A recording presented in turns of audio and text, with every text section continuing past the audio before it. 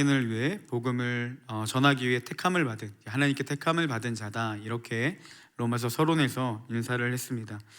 사도 바울은 이 복음을 아는 자였고 또 복음을 경험한 그런 사람이었습니다. 개인적인 경험으로는 그는 다메섹을 향해 가는 길에 이제 예수 그리스도를 만나게 되죠. 그래서 그분으로 인해서 자신의 삶이 변화가 되는 그런 삶을 살아가게 됩니다. 또한 전도 여행을 통해서 복음을 선포하는 곳곳마다 하나님을 믿는 자들이 나타나고 또 교회가 세워지는 그런 놀라운 이 복음의 능력을 공동체적으로도 개인적으로도 많이 경험한 사람이 그 중에 하나가 이 사도 바울이었습니다. 바울은 자신이 경험했던 이 놀라운 복음의 능력이요, 이 로마서를 통해서 로마 교회에게도 나타나기를 갈망했습니다. 그래서 그는 이 오늘 말씀에 보면 계속해서 내가 이 로마 교회를 가기를 원했다라고 합니다. 그 복음을 전하기 위해 가기를 원했지만 안타깝게도 그 길이 막혀서 지금까지 갈 수 없었던 그 상황을 이야기를 해주고 있습니다. 그 안타까운 마음을 담아 이제 편지를 통해서 예수 그리스도의 복음이 무엇인지, 또 복음으로 믿는 자들이 어떻게 삶을 살아가야 되는지, 이 말씀을 기록한 것이 로마서의 큰 특징이라고 볼 수 있습니다. 이 로마서를 통해서 로마 교회에 바울은 편지를 보내면서요, 자신의 경험한 복음의 능력, 그리고 삶의 현장에서, 사역의 현장에서 나타난 이 복음의 능력이 로마 교회에게도 동일하게 나타나기를 갈망하는 마음으로 이 복음을 전했던 것을 볼 수가 있습니다. 그래서 오늘 이 본문을 통해 바울이 그토록 로마 교회에 나타나기 원했던 이 복음의 능력, 그리고 그 특징에 대해서 두 가지로 살펴보려고 합니다. 말씀을 함께 나눌 때 이 복음의 놀라운 능력이, 사도 바울이 전한 그 능력이 우리 공동체 안에도 가득하기를 소망합니다. 복음의 첫 번째 능력, 첫 번째는 뭐냐면 이 영혼을 사랑하는 마음을 얻게 된다는 것이죠. 로마 교회는요, 바울의 영향력을 받지 않은 교회였습니다.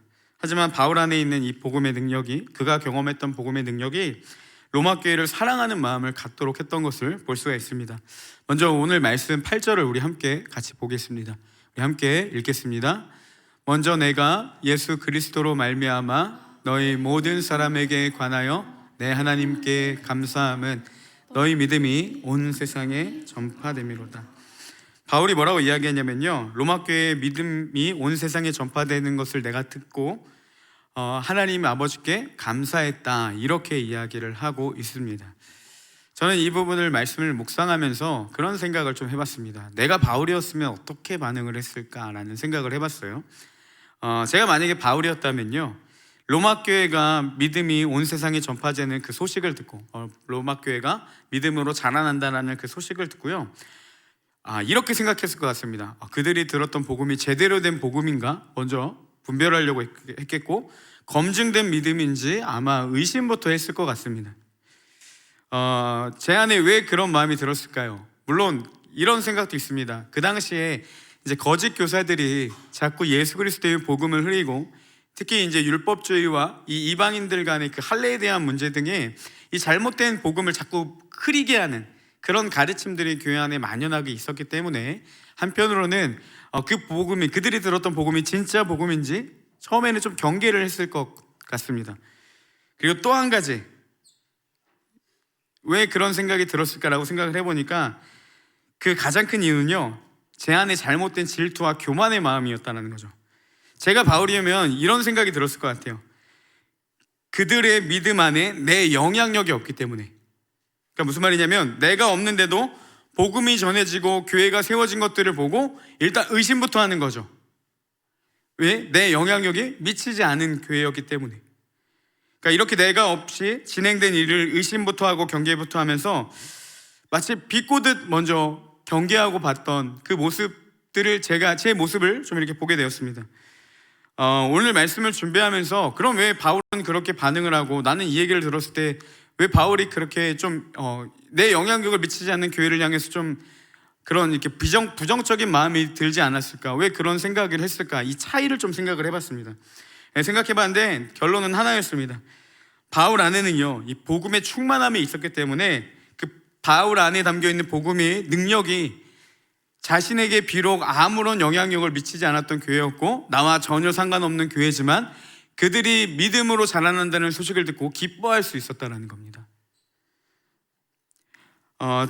그와 달리 저는 그런 생각을 했던 게 부끄럽지만 아무래도 이 복음의 능력 가운데 영향을 미치지 못했기 때문에 먼저 그런 생각이 들지 않았나, 좀 이런 마음이 들었습니다.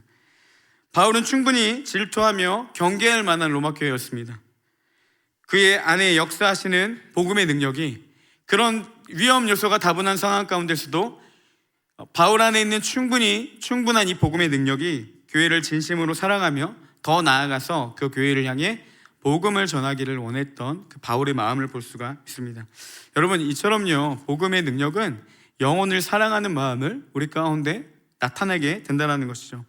로마서 12장 15절에 이런 말씀이 있습니다. 즐거워하는 자들과 함께 즐거워하고 우는 자들과 함께 울라. 이 로마서 12장의 특징은 무엇이냐? 12장부터는요, 그 전까지는 복음이 어떤 건지 신학적인 정의를 내렸다면 12장부터는 복음을 믿는 자들이 어떻게 살아가야 되는지에 대한 권면이 쭉 나타납니다. 복음을 믿는 자들은 어떻게 나아가야 되냐? 즐거워하는 자들과 함께 즐거워할 수 있어야 되고 우는 자들과 함께 울 수 있는 마음이 우리 가운데 주어진다는 거죠. 우리가 복음과 멀어질 때 반대로 어떻게 됩니까? 즐거워하는 자들과 함께 즐거워할 수 없고 우는 자들과 함께 울 수 없는 이 개인주의적인 마음이 나타나게 된다는 거죠. 가만히 보면 교회를 사역을 하다 보면요, 여러분, 이 복음의 능력이 나타나지 않아서 예수 그리스도가 아니라 나를 드러내는 사람들이 굉장히 많이 있습니다. 내 영향력이 미쳐야 되고 내가 무언가를 만져야 되는 좀 그런 교만함이 우리 가운데 올 때가 있다는 거죠. 종종 이런 분들을 만납니다. 제가 보기엔 그분이 진짜 문제인 것 같은데 그분들은 꼭 뭐라고 이야기하냐면 내가 없으면 교회가 안 돌아간대요. 내가 다 했다. 마치 자신이 우리 교회를 세우고 모든 사역들을 다 이끌어가는 것처럼 이야기를 합니다. 그럼 저는 속으로 이야기합니다. 네가 없어야 교회가 돌아간다. 이렇게 얘기를 하는데요, 여러분, 다 그런 생각들이 어디로부터 오겠습니까? 내가 무언가를 해야 된다라는 이 복음의 능력이 상실된 이 개인주의적인 마음으로부터 온다라는 거죠. 굳이 그렇게까지는 하지 않아도 여러분, 은연중에 우리 안에 그런 마음들이 있습니다. 내 말만 옳게 여기고 내가 드러내야 되는 성향들, 내가 없는 회의 내용은 반문부터 하는 모습들. 리더나 대표는 그리 중요하지 않아요. 중요한 것은 나와 이야기를 했냐예요. 그들이 나를 제외한 회의를 나오면 반문부터 합니다. 왜요? 내 영향력이 나타나지 않았거든요. 나에게 묻지 않았거든요. 모든 사람이 나에게 와서 이야기를 할 때 동조를 해주는 그런 모습들이 은연중에 나타난다는 겁니다. 개인적으로 오늘 말씀을 준비하면서 제 모습에도 그런 게 너무 많아서요, 좀 많이 찔림이 있었습니다.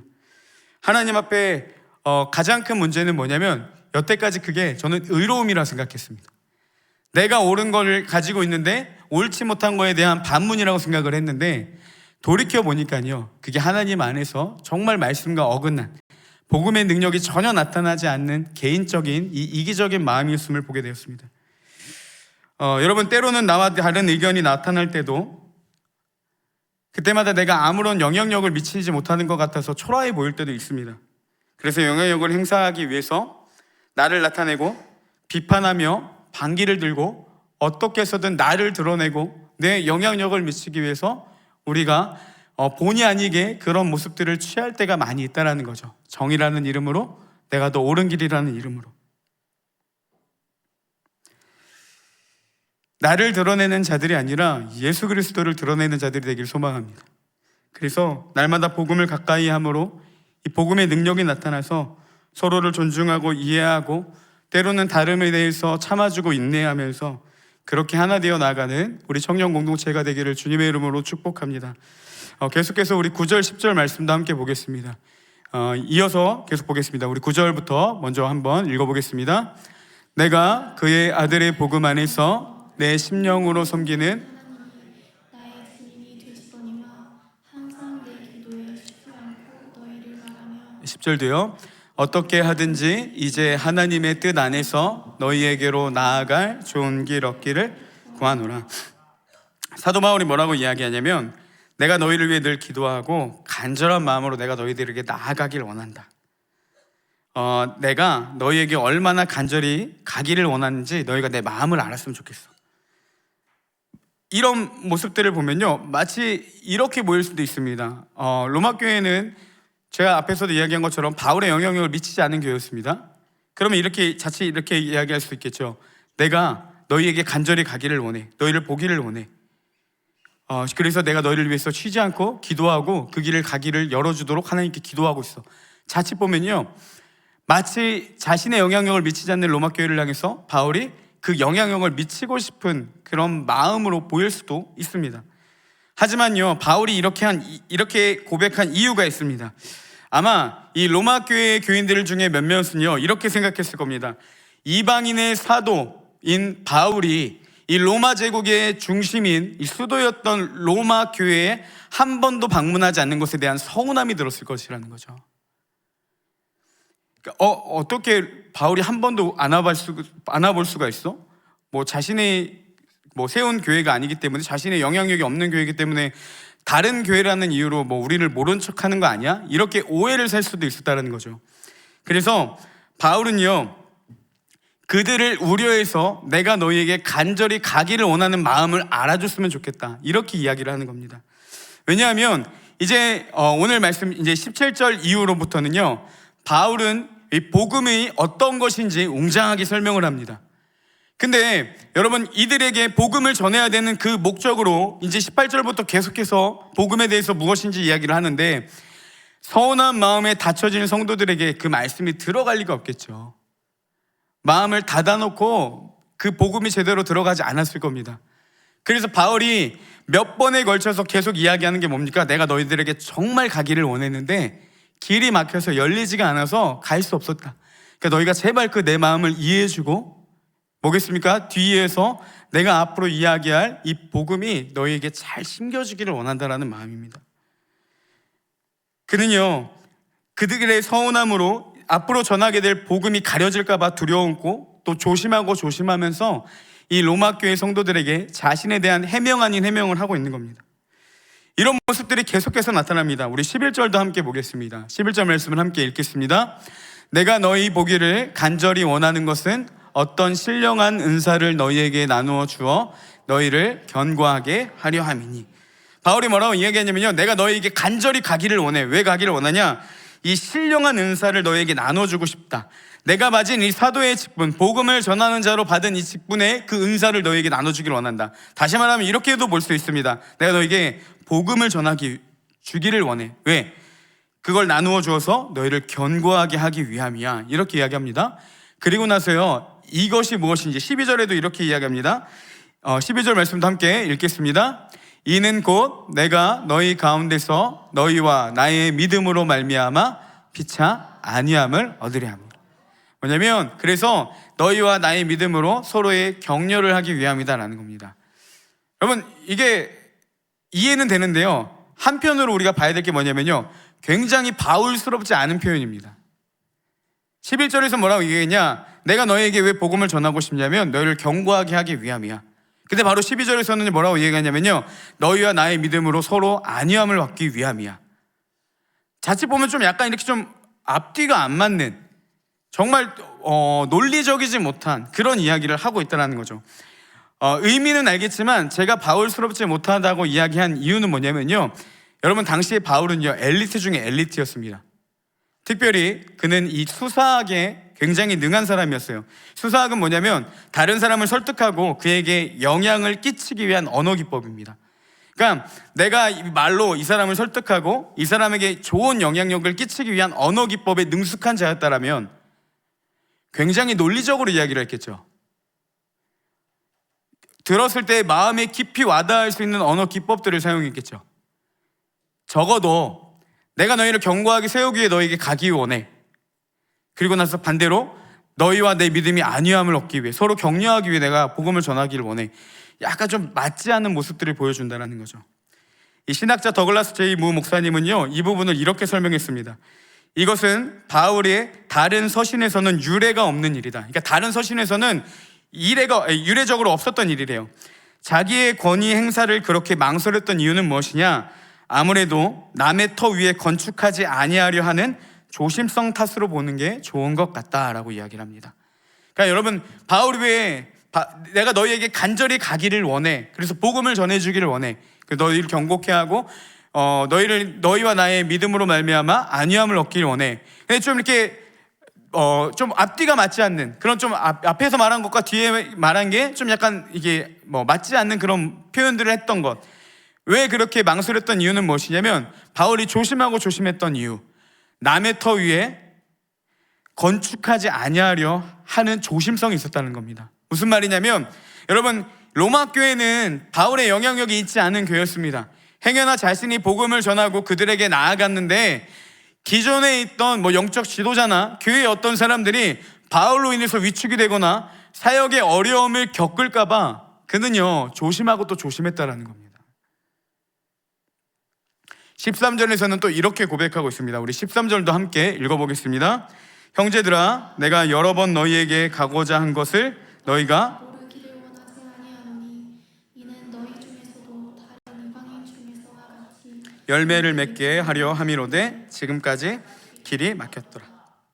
바울은요, 내가 또 이야기합니다. 너희에게 가고자 한 것을 너희가 모르지 않기를 원한다. 내가 너희에게 얼마나 가기를 원했는지 너희가 알아줬으면 좋겠어. 그 이유가 무엇이냐? 다른 이방인 중에서와 같이 열매를 맺게 하려 함이로다. 이렇게 이야기를 합니다. 기존에 바울이 복음을 전하는 곳곳마다 이방인들이 복음을 듣고 열매를 맺었던 것 같은 그 놀라운 하나님의 복음의 능력이 너희에게도 나타나기를 원하기 때문에 내가 너희에게 가기를 원했고 내가 너희에게 복음 전하기를 원했다. 이 말을요, 굉장히 조심스럽게 그들에게 접근하며 교회의 그 질서가 무너질까봐 염려하며 이야기를 하고 있다는 겁니다. 저는 이런 바울의 태도를요, 계속해서 묵상하면서 한편으로 그런 생각이 들었습니다. 그렇게까지 해야 되나? 왜냐하면 바울은 그 당시에 굉장히 영적으로 권위가 있는 자였습니다. 특별히 이방인의 사도로서요. 그러니까 여러분, 한국에서 손에 꼽는 그런 영적인 목사님이 와갖고 한번 설교해 준다라는데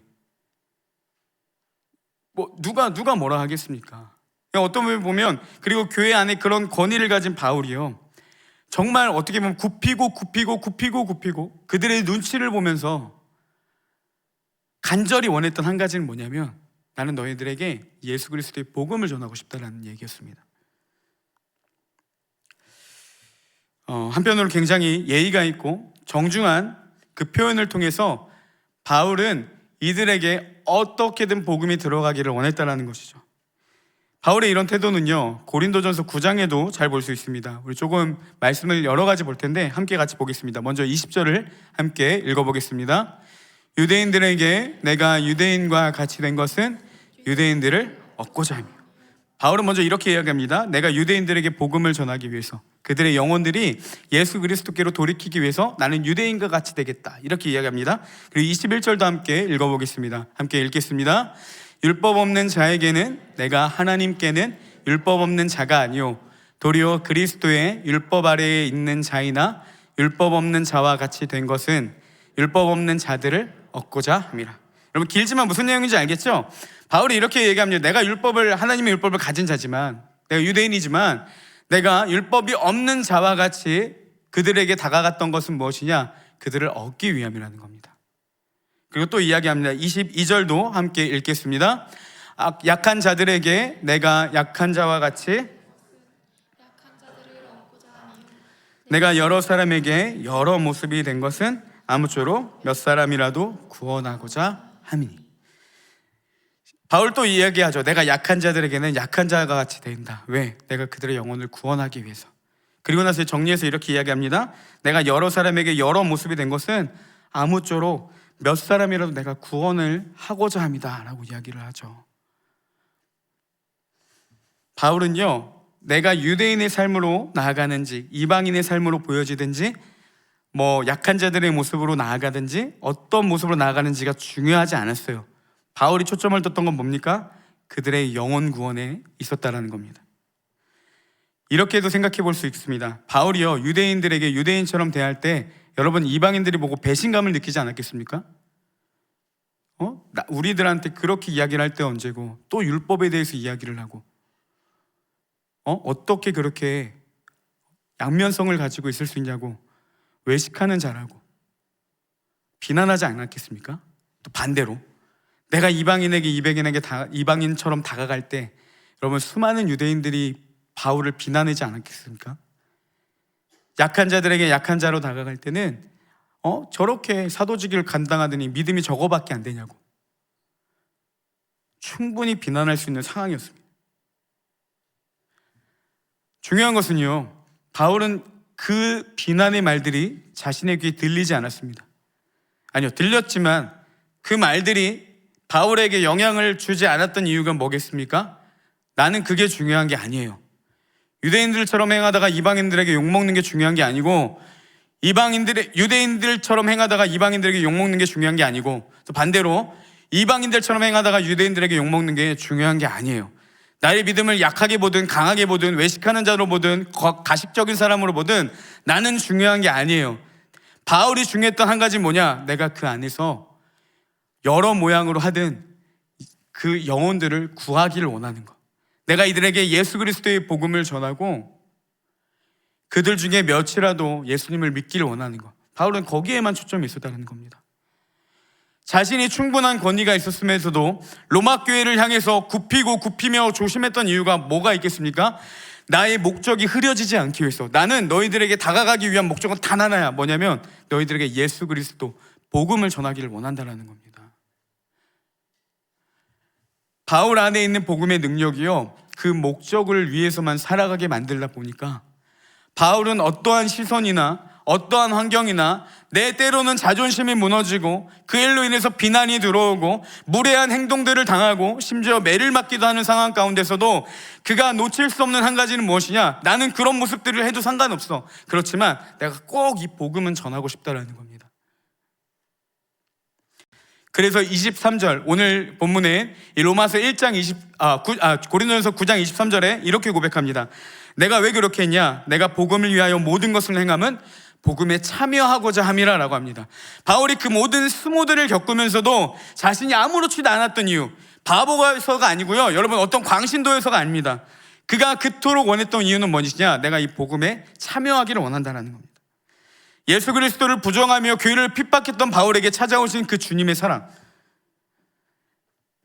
찾아와서 내 잘못을 보여주고 깨닫게 해주실 뿐만 아니라 이제 하나님을 위한 사람으로 살아가게 하시는 그 복음의 능력이 자신의 모든 삶을 바꿔버렸습니다. 그네의 감격이 있으니까요, 어떤 소리가 들리는 게 중요한 게 아니에요. 바울이 더 중요한 건 무엇이냐? 내가 어떻게 하나님의 뜻대로 사는지예요. 어떻게 하면 내가 복음을 전할지예요. 주님이 내게 주신 사명, 어떻게 하면 내가 이 일을 일어날 수 있을지, 거기에만 초점이 두어 있는 겁니다. 제가 좋아하는 찬양 중에 예수님 때문에 라는 찬양이 있습니다. 아마 아시는 분들도 많을 텐데, 여러분 가사가 이렇게 되어 있습니다. 숨을 쉴 수 없을 만큼 많이 아픈데, 숨을 쉴 수 없을 정도로 마음이 아픈데 내가 노래할 수 있는 건 예수님 때문이다. 그리고 살아있는 것보다 죽음이 아름다울 만큼. 여러분, 이게 고상하게 표현을 가사가 아름답게 했지만 살아있는 것보다 차라리 죽었으면 좋겠다, 이런 고백 아니겠습니까? 그토록 내가 힘들어도 지쳐도 일어날 수 있는 건 무엇이냐? 예수님 때문에, 이렇게 이야기합니다. 그리고 이 작사자가 이렇게 고백하죠. 예수님 때문에, 그 사랑 때문에, 날 위해 죽으신 십자가 때문에, 예수님 때문에, 그 사랑 때문에, 지금도 날 위한 그 기도 때문에. 숨을 쉴 수 없을 만큼 괴롭고 많은 비난의 목소리가 내가 처량하게 만들고 자존심을 짓밟아버리는 상황 가운데서도 교회에서 하나님을 위해 열심히 하다 보면 욕이나 먹고 할 일 없어서 한다라고 비난하는 상황 가운데서도 우리가 끝까지 예수 그리스도를 위해 나아갈 수 있는 힘이 어디 있겠습니까? 지금도 날 위한 그 사랑 때문에, 예수님 때문에. 복음의 감격이 너무 크니까요, 여러분 그런 것들이 귀에 들어오지 않는 겁니다. 예수님 때문에 할 수 있는 겁니다. 복음의 감격이 있는 사람, 그 능력의 영향력의 아래에 있는 사람들은요, 그렇게 할 수 있다는 겁니다. 바울 안에 담겨있는 이 복음의 감격은 바울의 예수 그리스도의 길, 이 복음의 길에 참여하기를 갈망하게 만들었습니다. 그래서 바울은 그 복음의 감격으로 다양한 사람들에게 다양한 방법을 시도하며 목적은 단 하나, 그들에게 예수 그리스도를 전하기를 원했고 그 영혼들이 예수님 안에서 구원받기를 갈망했습니다. 예수님의 길을 걷고 싶어서 그분과 함께 걸어가고, 주님이 내게 주신 사랑과 은혜도 감격인데 나를 통해 이방인의 사도로 부르신 그 길을 그냥 함께 같이 가고 싶어서 가다 보니까요, 하나님의 뜻대로 살고 싶어서 살다 보니까 어느 순간 그 행위들이 복음을 전하는 행위가 됐고, 그게 영혼 사랑으로 나타났다는 겁니다. 여러분, 이처럼요, 복음의 능력은 영혼을 사랑하고 사람을 사랑할 수 있는 능력을 우리 가운데 주어진다는 겁니다. 복음의 감격이 가득하게 될 때 우리 안에 하나님의 뜻대로 살고 싶은 감동이 일어나죠. 예수님의 복음에 증인된 삶을 살고 싶은 이 감동이 일어나게 됩니다. 그 감동으로 살아가다 보면 이웃사랑으로 나타나고, 하나님의 뜻대로 행하다 보면 그의 성품과 그의 삶이 예수 그리스도를 증거하는 삶으로 바뀌게 된다는 겁니다.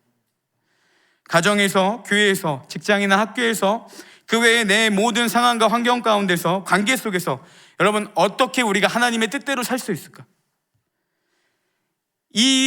어떻게 내가 하나님의 말씀대로 살아갈 수 있을까? 내 모든 삶의 초점을 하나님의 뜻대로 살기 위한 것에 맞추고 살아가다 보면요, 자꾸만 드러나는 내 안의 욕망들이 제한이 되기 시작합니다. 바울이요, 대단해서 여러분 로마 교회에게 자신의 이름 날리고 싶지 않았겠습니까? 자신이 좀 영향력 있게, 야, 나도 이런 사람이야 라고 좀 나타내고 싶지 않았겠습니까? 그 제안이 어디로부터 왔습니까? 나는 그게 중요한 게 아니라 어떻게 하든 하나님의 뜻인 복음을 전하는 일만 초점이 맞춰져 있는 겁니다. 그러다 보니까, 하다 보니까 그 교회를 사랑하게 되고, 사랑하다 보니까, 전하게 되다 보니까 그 교회에 예수 그리스도를 믿는 자들이 나타나게 되는 겁니다. 하나님의 뜻대로 어떻게 살아가야 될지, 인생의 모든 초점을 거기에 두고 그 복음의 감격으로 살아가다 보면 화내고 싶은 욕망들, 말을 더 하고 싶은 욕구들, 나를 먼저 생각하는 모든 욕구들이 제한이 들어오기 시작해요. 하나님의 뜻대로 살고 싶으니까 스스로 제한하려고 발버둥치고, 안 돼서 하나님 앞에 회개하고 다시 돌이키고 다시 돌이키면서 어떻게든 내 삶을 하나님의 초점에 맞추려고 힘쓰며 살아가게 됩니다.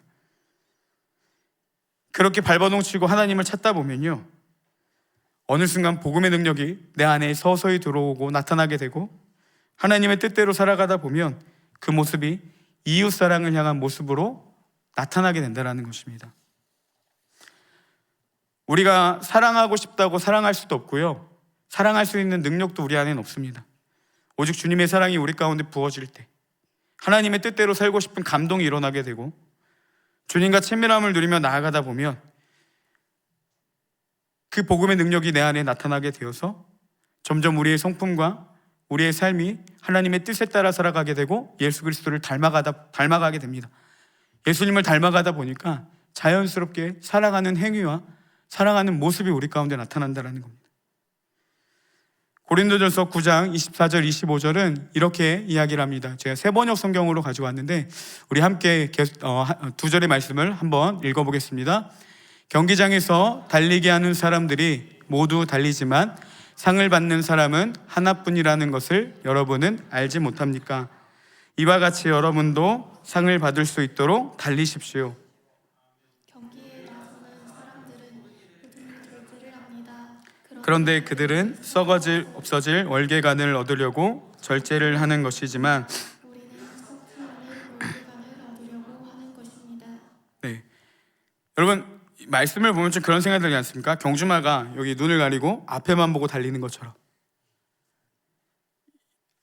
경기에 나서는 사람은 모든 일에 절제를 합니다. 왜요? 썩지 않을 월계관을 얻기 위해서, 하나님이 주시는 그 영원의 상급을 얻기 위해서 자신을 절제하고 앞만 보며 달려가는 겁니다. 예수 그리스도의 복음의 능력이 우리 가운데 나타날 때 주님밖에 안 보이는 거죠. 그래서 여러분 찬송가 288장에 이런 고백이 있죠. 세상과 나는 간 곳 없고 구속한 주만 보이도다. 주 안의 기쁨 누림으로 마음이 풍랑이 장전하다 보니까, 복음의 능력이 내 안에 오니까 세상과 나는 간 곳이 없고 오직 구속한 주님만 보이는 것, 이것이 복음의 능력이라는 겁니다. 그 능력이 우리 가운데 나타날 때 어떤 일들이 일어납니까? 다른 것이 중요한 게 아니라 주님의 뜻대로 내가 어떻게 하면 살아갈 수 있을지, 이게 모든 신경이 담겨 있는 거예요. 그러다 보면 내가 드러내고 싶은 욕망들, 내가 채우고 싶은 그런 어떠한 그 욕심들이 제한이 들어오기 시작하죠. 왜요? 내 목적지만 보이기 때문에. 그렇게 주님과 동행하고 그렇게 하나님과 나아갈수록 우리의 삶은요, 예수님을 점점 닮아가는 그 복음의 능력이 나타나기 시작한다는 겁니다. 이 말이 공감이 되셨으면 좋겠습니다. 여러분, 세상에서 하나님의 뜻대로 사는 것보다 이 땅에 더 큰 행복은 없습니다. 우리가 왜 괴롭겠습니까? 그 행복을 누리지 못하니까. 누리고 싶은데 맛은 다 아는데요, 이게 생각처럼 쉽지 않으니까. 세상의 그 어떤 것보다, 하나님의 뜻대로 사는 것보다 더 행복은 없습니다. 여러분, 이 고백이 우리 안에 다시 회복되기를 소망합니다. 그래서 그것을 바라보며 하나님 앞에 나아가는 우리 모든 청년들이 될 수 있기를 소망합니다. 그러면 어떻게 우리가 하나님의 뜻대로 살 수 있냐는 것이죠. 복음의 능력 두 번째 무엇이냐? 복음은요, 우리의 신앙의 성숙을 이룬다는 겁니다. 복음의 능력이 우리 안에 거할 때 하나님의 뜻대로 살 수 있는 능력이 거기서부터 온다는 거예요. 바울이 그토록 로마 교회를 방문하기를 원했고 그들에게 복음을 간절히 전하고 싶었던 이유가 바로 여기입니다. 바울이 먼저 로마 교회의 믿음이 온 세상에 전파됨을 8절에서 감사했다라고 이야기합니다. 여러분, 그러면 이렇게 볼 수 있죠. 로마 교회는 예수님을 모르는 교회가 아닙니다. 예수님을 믿는 교회였습니다. 믿음의 수준이 어떤지는 알 수 없지만 중요한 것은 그들은 예수님을 믿는 자들이었고 그 믿음이 세상 가운데 소문처럼 퍼지기 시작했다는 거죠. 단순히 교회 생활하는 자들이 아니라 예수님을 믿는 자들이었습니다. 그런 교회를 향해 바울이 원했던 건 뭡니까? 복음을 전하기를 원했다는 거죠. 좀 생뚱맞지 않습니까? 여러분, 우리가 흔히 복음 전도라고 하면 예수님을 알지 못하는 사람들에게 예수님을 소개하는 게 복음 전하는 걸로 이야기를 하는데, 사도 바울은 지금 누구에게 전하고 싶냐? 예수님을 믿는 교회를 향해서 내가 너희들에게 복음 전하기를 원한다는 겁니다. 그 이유를 앞에서도 살펴봤지만 11절에서는 뭐라고 하냐? 너희를 견고하게 하기 위해서. 12절에서는 너희와 나의 믿음으로 말미암아 빛이 아니함을 얻기 위해서. 13절에서는요, 너희에게 이방인들에게 열매를 맺었던 것과 같이 너희에게도 이 열매를 맺기 위해서. 즉 무엇을 이야기하겠습니까? 우리의 신앙의 성숙을 위해서 나는 너희에게도 이 복음을 전하기를 원한다, 이렇게 이야기를 합니다. 결국 바울이 그토록 로마 교회에 가기를 원했던 것, 그리고 그들에게 이 복음을 전하기를 원했던 이유는 뭐냐면 그들의 신앙의 성숙이 이 복음을 아는 것에서부터 오기 때문이라는 것입니다. 바울이 전한 복음은 뭡니까? 1절에서 4절까지 보면 2절에는 이 복음은 이라고 이야기하고 쭉 설명하다가 4절 마지막 분에 우리 주 예수 그리스도라고 이야기합니다. 복음은요, 예수 그리스도입니다. 중요한 것은 그가 전한 이 예수 그리스도라는 복음은요, 그리 단순하지 않았습니다. 우리는 복음에 대해서 어떻게 생각합니까? 믿고 천국 가는 거, 예수님이 우리의 죄를 위해서 죽으신 사랑, 3일 만에 부활하심, 그분을 믿으면 영생을 얻고 예수님이 다시 오실 때에 마지막에 심판의 때에 우리는 구원을 받는다, 이 정도로 마치 천국에 들어가는 키, 그 정도로만 알고 있는데 바울이 전한 복음은 그리 단순하지 않았습니다. 여러분, 그러면요, 로마서가 이렇게 길게 16장까지 쓸 필요가 없어요. 너희들이 다 죄인이야, 우리 하나님 벗어났어, 그러니까 너희들이 예수님을 믿고 구원을 받아야 돼, 이렇게만 쓰면 되는데 바울은요 1장 18절부터 시작해서 이제 중후하게 몇 장에 걸쳐서 복음이 무엇인지를 설명한다는 거죠. 그러니까 그가 전한 복음은요, 우리가 생각하는 것처럼 단순하지 않다는 겁니다. 근데 우리는 그냥 그 사실만 알고 있으니까 내가 복음을 알고 있어라고 생각을 한다는 겁니다. 내가 예수님을 알아, 내가 복음이 어떠한 의미인지 알아, 이렇게 착각하고 복음은 새로운 사람들이나 듣는 거야. 예수 그리스도는 주님을 알지 못하는 자들만 필요한 거야, 이렇게 생각을 한다는 겁니다. 바울이 그토록 많은 분량으로 체계적이고 신학적이고 구체적으로 예수 그리스도가 왜 복음인지를 장황하게 설명했던 이유는 뭐냐면요, 우리가 복음을 바로 알아야 견고하게 되고 믿음으로 안위함을 받고 열매 맺게 되는 일들이 나타나기 때문이라는 겁니다. 이런 의미로 여러분, 우리가 좀 돌아봤으면 좋겠습니다. 여러분, 예수 그리스도를 알고 계십니까? 여러분이 알고 있는 그럼 그 예수 그리스도의 복음이 우리 안에 열매 맺게 하는 거죠. 또 우리 공동체가 알고 있는 예수 그리스도, 그 복음이 지금도 우리 공동체를 견고하게 만들고 열매 맺는 그 능력들이 나타나는 겁니다. 이런 의미로 여러분 함께 같이 건면했으면 좋겠습니다.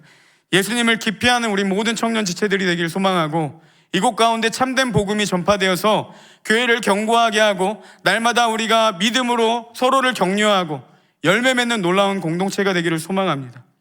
근데 여러분, 이 일들은요 한순간에 이루어지지 않는다는 거예요. 복음은요 처음에 교회에 온 자들 아니면 다른 교회에서 우리 교회 왔을 때 3주만 듣는 게 복음이 아니에요. 복음은요 우리가 평생을 공부해야 되고 평생을 알아야 되고 평생을 함께 해야 되는 게 복음입니다. 그럴 때 우리가 주님과 날마다 동행하고 믿음과 성품이 자라나게 된다는 거예요. 복음은 능력이 열매 맺는 능력으로 나타나게 된다는 겁니다. 그러기 위해서 먼저 우리는 말씀을 가까이 해야 됩니다. 여러분, 복음이신 예수 그리스도께서 요한복음 5장 39절에 이렇게 말씀하십니다. 너희가 성경에서 영생을 얻는 줄 생각하고 성경을 연구하거니와 이 성경이 곧 내게 대하여 증언하는 것이니라 라고 이야기합니다. 성경은요 예수 그리스도를 증언하는 겁니다. 예수님이 어떠한 분이신지 직접적인 설명과 예언도 있지만 예수님의 성품을 담겨있는 말씀도 있고, 하나님이 이스라엘을 향해 어떻게 구원하셨는지, 그리고 값없이 어떻게 자비를 베푸시는지 성경을 통해 많은 부분들이 예수님을 직접적으로 간접적으로 이야기를 하고 있다는 거죠. 구속사적인 하나님의 그 은혜의 역사, 그 외에도 하나님의 성품에 대해서 예수 그리스도를 보내기까지 주님이 어떤 분이신지 그 모든 장엄한 내용들이 다 나타나 있는데, 그것은 곧 복음이신 예수 그리스도를 전하고 있다는 겁니다. 로마서 10장 17절에는 이렇게 이야기합니다. 그러므로 믿음은 들음에서 나며 들음은 그리스도의 말씀으로 말미암느니라. 거꾸로 보면 이렇습니다. 그리스도의 말씀을 들음으로 믿음이 나타나게 되는 겁니다. 여러분, 신앙은요 말씀을 가까이 할 때 그 능력이 나타난다는 거예요. 예수 그리스도의 말씀이 깊이 알 때 우리 안에 복음의 능력이 나타난다는 겁니다. 다독도 좋지만요, 문제는 다독도 안 되는 게 문제지만, 다독도 좋지만 여러분, 말씀 안에 있는 하나님이 어떠한 것을 우리에게 말씀하시고 어떠한 그 안에 담겨있는 하나님이 누구이신지 우리가 충분히 묵상하고 복음을 알기 위해 힘써야 된다는 겁니다. 그럴 때 그 말씀이 우리 안에 능력으로 나타난다는 겁니다. 성경적인 많은 지식들이 있지만 겉핥기식의 그 지식들, 전혀 내 삶에 영향을 주지 못하는 말씀은요 말씀이 아닙니다. 그거는 내 지적인 어떠한 정보밖에 지나치지 않아요. 하나님의 말씀은 살아있는 놀라운 능력이십니다. 그분은 말씀을 통해서 우리에게 말씀하시고 우리에게 알게 하시고 깨닫게 하시며 예수 그리스도가 어떤 분인지 우리에게 보여주시는 분이십니다. 여러분, 하나님의 말씀을 결코 가볍게 생각하지 않으셨으면 합니다.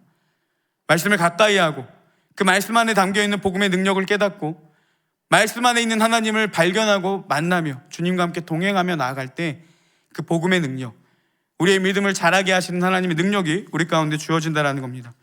또 한 가지는요, 하나님의 영으로 충만해야 된다는 거예요. 다시 말하면 내 안에 주님으로 가득해야 됩니다.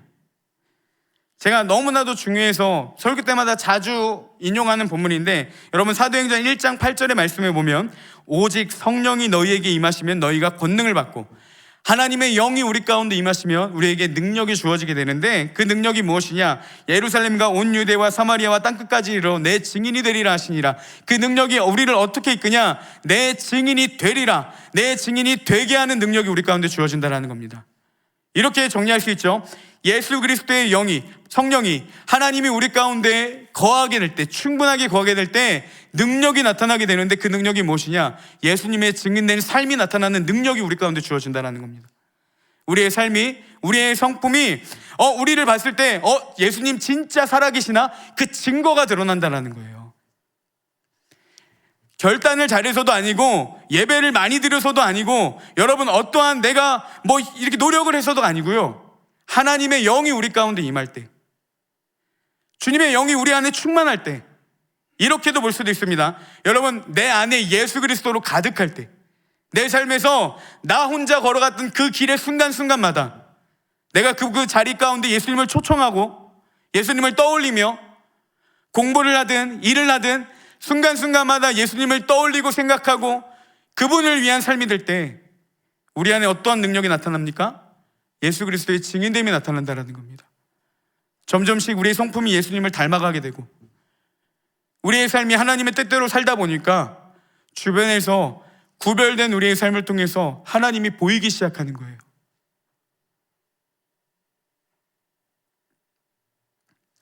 이를 위해 우리는 끊임없이 기도해야 됩니다. 시간을 내서도 기도하셔야 되고요. 여러분 삶의 순간순간마다 기도하셔야 됩니다. 내가 죄가 보일 때마다 기도하시고 하나님이 떠오르지 않을 때마다 떠오르게 해달라고 기도하시고 내 삶의 잃어버린 자리마다 그곳 가운데 주님을 초청하는 기도를 하시고 하나님이 우리 안에 충만하도록 날마다 주님을 떠올리며 우리가 그분 앞에 나아가야 된다는 겁니다. 복음이신 주님을 인정하고 우리 마음 가운데 모실 때 그분이 우리 안에 충만하게 거하실 때 여러분 우리가 예수님을 만난 감격처럼 그분이 우리 안에 가득할 때 복음의 능력이 그때 나타나기 시작한다는 겁니다. 이것은요 우리 예수 그리스도를 믿는 자들에게만 주어진 특권입니다. 이제 말씀을 마치겠습니다. 우리 찬양팀 준비해 주시고 사랑하는 우리 청년부 여러분, 하나님을 하루에 몇 번이나 떠올리는지 좀 생각해 봤으면 좋겠습니다. 내 삶의 많은 시간의 영역 가운데 내가 과연 이 시간에 얼마만큼 하나님의 영광을 위해 살아가며 얼마만큼 내가 하나님을 떠올리며 얼마만큼 그분과 동행하며 삶을 살고 있었는지, 일을 하는 가운데서도 이게 나의 욕심을 채우기 위한, 나의 어떤 금전적인 욕구를 채우기 위한 갈망인지, 아니면 이 일을 통해서 하나님의 뜻을 이루고 싶은 내 욕망인지, 내 바램인지 결단한다고 되는 게 아니에요. 하나님이 우리 가운데 거할 때, 끊임없이 우리가 주님을 기억하고 그분을 찾으며 나아갈 때, 세상의 가치관에 두었던 우리의 초점이 하나님을 향할 때, 그때 우리의 삶에 복음의 능력이 나타나고 삶의 변화가 찾아오기 시작한다는 겁니다. 가장 중요한 핵심은 무엇이겠습니까? 우리의 삶의 모든 초점을 하나님께로 향하는 겁니다. 여러분, 그렇다고 공부하지 말고 세상 일을 하지 말라는 게 아니에요. 먹든지 마시든지 무엇을 하든지 주의 영광을 위해 살아가는 것, 그렇게 살고 싶어서 발버둥 치는 것, 때로는 되지 않고 괴로운 상황 가운데서 하나님을 찾을 때마다 그분을 알아가는 것, 이 복음의 능력을 깊이 경험하는 우리 사랑하는 모든 청년들 되기를 주님의 이름으로 축복합니다.